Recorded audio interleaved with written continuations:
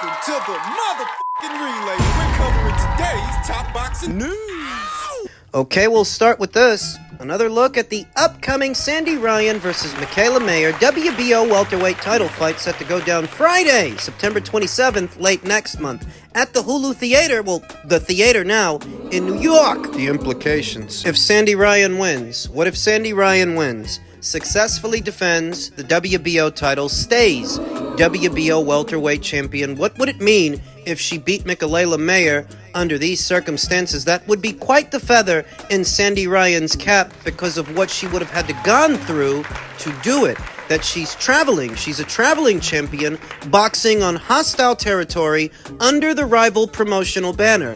And if under these circumstances, which don't favor her, She didn't have to do this. she never had to fight Mikaela Mayer. She was never obligated to fight Mikaela Mayer, let alone in America, on the top-ranked side of things. So if she can win under these circumstances, that sends a message to the rest of the division and the other champions that are there. Strong message. The manner in which she wins is pretty important, too. That if she can be the first to stop Mikaela Mayer, who's never been stopped, never been knocked out, and she's been in there with Alicia Baumgartner and Maiva Hamadouche, more recently against the hard-punching Natasha Jonas. If Sandy Ryan can stop this fighter where they did not, She better. I think she has to. I think she does. She has to take it out of the judge's hands. She has to knock out Mikaela Mayer. If she does, Wow.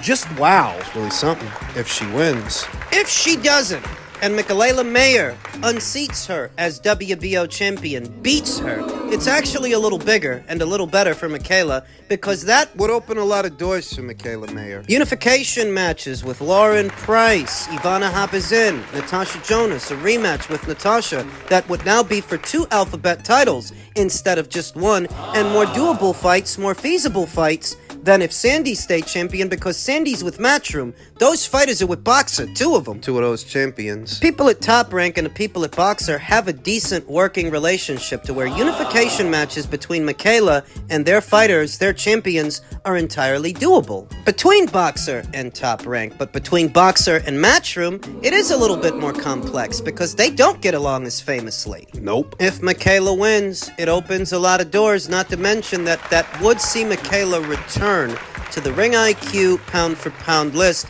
for having become a 2-division champion that would have beaten Iva Brotnicka for the WBO, Maiva Hamadouche for the IBF. 2 world champions. 3 in a scenario where she beats Sandy Ryan at her second weight. 3 world champion scalps across 2 weight classes. That would see Mikaela return to the list. I think she's gonna win. Battle of the badass white girls. It's hard to imagine that Sandy Ryan knocks out Mikaela Mayer. Mikaela has proven herself a tough and durable fighter at 130 pounds. More recently, at 147 against Natasha Jonas, who, for me and my money, she overpowered. She should have been given the decision in that fight, and she wasn't. In this one, She has the home field advantage that she didn't have in the Natasha Jonas fight. to where if the fight is remotely close or remotely competitive and you have rounds that could have swung either way, there's a good chance they'll swing those rounds Mikaela's way. There's a chance. Home field advantage is a real thing, ladies and gentlemen, and I don't make the rules. I just tell you what they are. Mikaela! This fight's going to be going head-to-head with the Baumgartner versus Persoon fight. The Baumgartner versus Persoon mandated title fight. Because it's not happening on a major platform, a platform that boxing fans are already familiar with and flock to watch boxing matches, Mikaela's fight with Sandy is likely going to get more attention than Alicia's fight with Delphine. They're both great fights, by the way. Mikaela's fight is happening on the biggest sports network in the country, ESPN, whereas Alicia's fight is happening on Brinks. I don't think most boxing fans are familiar with Brinks. Those are the breaks. Those are very good fights, by the way. I wish they weren't happening on the same day, because now I'll be forced to divide my attention between them, but I will be watching. There's big consequences in the Ryan versus Mayer fight. Big implications that will reverberate throughout the weight class and the sport. Elsewhere in the world of boxing, I'm sure most of you have heard by now that Turki Alalshikh responded to Canelo Alvarez by saying, I heard what Canelo said, that he respects me but doesn't like the way we do business. Oh, these are aggressive investors. As for him respecting me, it doesn't matter to me if he does or not. As for the way I do business, I know why he doesn't like it, because I only target big fights at fair prices. So of course, anyone who likes easy fights won't like that. It's getting chippy. And I know how he feels after losing to Bivol, so he's been looking for easier fights ever since. Also, I'm not the one who's afraid of fighting Benavidez or Crawford. Therefore, I knew he was wasting our time and making excuses with big amounts of money that can't be paid. Is Canelo beyond their budget? So I'm continuing my way to make big fights that serve the boxing world, and he's on his way to making easy show-only fights. Is that true? Unfortunately, it is. Unfortunately, when you talk about someone of Canelo Alvarez's stature, his ability, his status in the sport, fighting someone like Edgar Berlanga? Ain't gonna pour sugar on shit. Too many people in the boxing world as boxing fans allow being a fan of a boxer to cloud their judgment when, as much as I like Canelo Alvarez, I don't like that fight. I don't even like that card. There's nothing interesting or intriguing about that entire show. Nothing. Plant versus Macumbi, Lara versus Garcia, Canelo versus Berlanga. This fight's dog shit, man. It's dog shit. So when Turkey classifies Canelo's next fight with Edgar as a show-only fight, I can't help but to agree. I'm a big fan of Canelo Alvarez, a big supporter. I buy all his pay-per-views, but I'm not so big a fan of him that I'm gonna pour sugar on shit. Is what Turki Alalshikh saying true? Did the loss to Dmitry Bivol hamper Canelo Alvarez's ambition? And that's why the matchmaking ever since has been less than ambitious. Yeah, it's negligible. How so? Well, look, the Edgar Berlanga fight is tantamount to a showcase fight for Canelo. It is. I mean, that guy sucks, and we all know that guy sucks.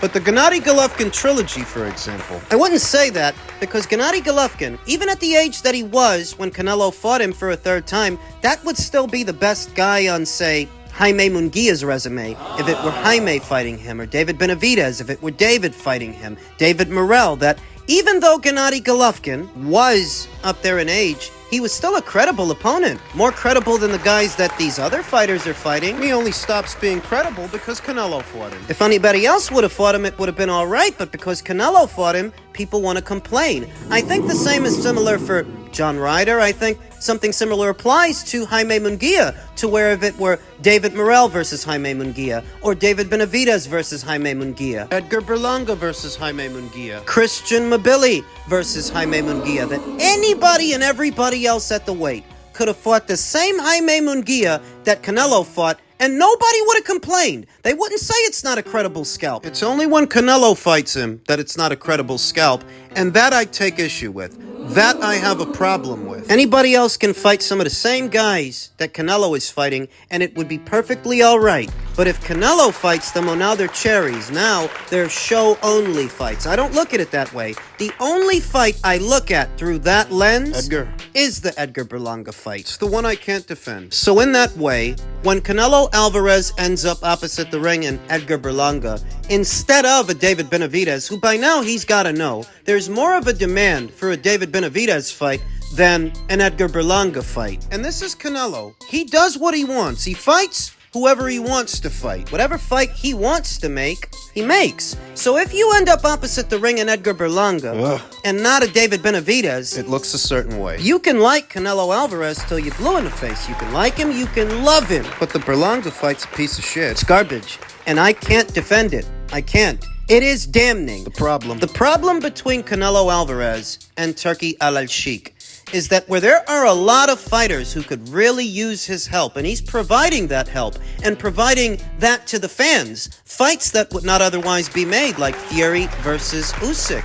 If not for him, that wouldn't have happened. Better be versus Bivol in the fall. Left to the sport of boxing and its own devices, that fight would have never happened. It sat on the shelf for years, hidden behind bureaucratic red tape and boxing politics. And if not for Turki Alalshikh's help, we wouldn't be getting that fight. And that applies to a lot of situations we've been seeing. Because a lot of the time, the reason risky fights and good fights don't happen is because of the money. He's providing that money, the backing, to make intriguing matchups, ambitious matchups. He's doing that. The sport of boxing is indebted to Turki Alalshikh and everything he's done so far and what he's still trying to do. The sport is indebted to him, and many of the fighters are indebted to him. Yeah. Except Canelo. Canelo didn't get to where he is now with any help from Turki Alalshikh. He doesn't sit atop the Forbes list as the highest earning boxer in the sport because of any favors that Turki did for him.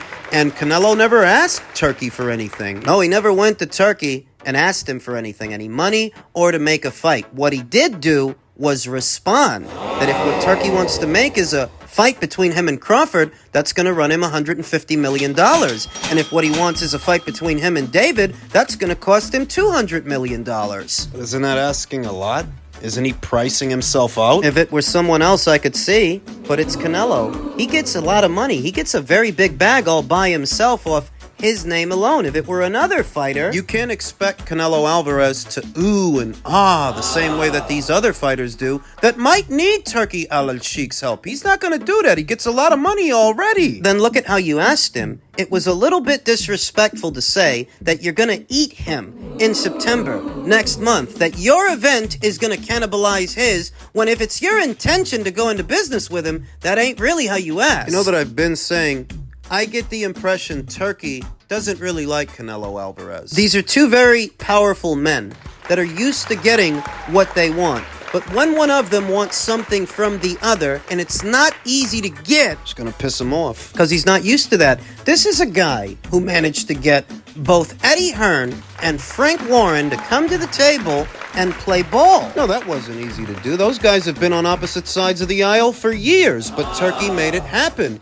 He's used to making things happen. Canelo, however, marches to the beat of his own drum and bows to no one. I don't expect Turki to like that. The same way I don't expect Canelo to like the way they've been talking to him and how they want to do business. What Canelo has built, he built off his name alone. When you say jump, he's not gonna ask you how high. This guy doesn't take orders from anybody. Not the sanctioning bodies or the promoters or the powers that be, or you for that matter. Least of all, when he never came to you and asked you for anything. You guys came to him, started mentioning him. There is a lens that you can look at this through as a boxing fan, a lens where you can look at all of this drama unfolding and still have a good time. This power struggle between Canelo and Turki. The thing I want you to remember is What? neither Turki Alalshikh or Canelo Alvarez pay any bills around here. And they ain't giving me no money. I don't know if they're giving you money, but they ain't giving me nothing. Nada. So I'm not going to jump off a cliff because they're arguing with each other. As far as I'm concerned, it just adds to the decorum, the entertainment, because that's what all of this is supposed to be.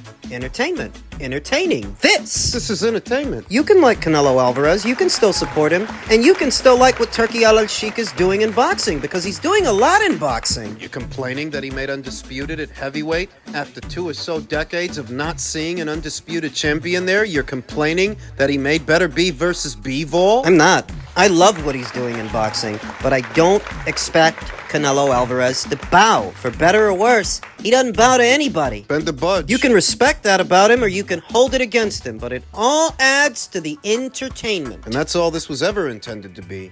Entertainment. Canelo dijo Turkey. Turkey said he's no longer. You're no longer in the running of working with him for the Crawford fight. I don't really care about it. Look, I'm focused 100% on my fight, and I don't really care about it. They called me yesterday. They text me yesterday if is it possible to talk about the Crawford fight for February or meet to yesterday here in Los Angeles with him. And I said, look, I'm 100% focused on this fight, and I can talk about other fights. Maybe that's why he talked about that today, because I say I'm not ready to talk about other fights. And I don't really ask him for anything. I'm good. And that's fair, Canelo. You've earned the right. You've earned the right to dictate your career and what you want to do. You've earned the right. Yeah. Look, I'm good with that. I'm doing. I don't need that kind of things. I'm not looking for that kind of fights. If they want the fight, okay. It's in my way, not in their way. The caveat with Canelo Alvarez's hardline stance in all of this, the catch-22, because there always is one, is that it is contingent upon his drawing power, his continued drawing power, and the audience that he caters to. You have to wonder, how many more fights like this are they going to accept? How many more before they're not interested anymore and they're not spending money anymore? I remember in the buildup of what became the first Golovkin fight, Canelo Alvarez's sales were going down. From the time that he fought Cotto, to the time that he fought Amir Khan, to the time that he fought Liam Smith. Remember, He did 900,000 buys with Cotto, then 600,000 buys with Khan, and a little over 300,000 buys with Liam Smith. And this was all before he ended up fighting Gennady Golovkin. It seems that fight by fight, people were growing less and less interested with him and what he was doing. So he ends up fighting Chavez, and that did 1 million buys, reportedly it did, but by then, the Golovkin fight was already made. The Golovkin fight was already done. Remember, he called him into the ring immediately afterwards and said he was next. It would seem that they were paying attention to those numbers, and they knew they're gonna have to fight this guy because the numbers are going down with Gennady Golovkin. Here and now, so many years later, ahead of this Edgar Berlanga fight, you have to wonder if that doesn't happen again, because nobody really wants to see someone of Canelo Alvarez's stature fighting an Edgar Berlanga. Is it gonna hit him in the pocket? Because what affords him independence of a Turki Alalshikh is his drawing power, though drawing power in and of itself can only last so long when you're not fighting in fights that people want to see. An observation. If it gets to a point where the fights that Turki puts together are more intriguing and more titillating than whatever Canelo Alvarez is doing, how long before it starts to hit him in the pocket? Because it's happened before. You could applaud Canelo Alvarez for being a maverick and standing on his own square, not bowing to anyone, but do you want it to cost you $80 at a time while he does it? They said they're gonna go to Japan after the Berlanga fight to fight who? I don't know. Manny Pacquiao just had an exhibition match out there. I'd wager that if Canelo's going out there, it's got to be a similar situation to where it's just a novelty fight, an exhibition, nothing serious. Did you hear what Canelo said, though? That they were pressuring him for an answer. Could the situation be as simple as them not asking the right way? That it's not even what you asked so much as how you asked and when you asked. Who you talking to? Because this ain't Jared Anderson, this ain't Jarrell Miller, this ain't one of those guys. This is Canelo. Could it be that simple? As an objective observer, the way I see it is Canelo Alvarez has his independence for the time being, but nothing lasts forever, and it's only a matter of time before people don't want to pay to see Berlanga fights. And what is that going to do at the box office? I'm very curious as to what the numbers are going to be. Depending on those numbers, that might decide what Canelo does and doesn't do next.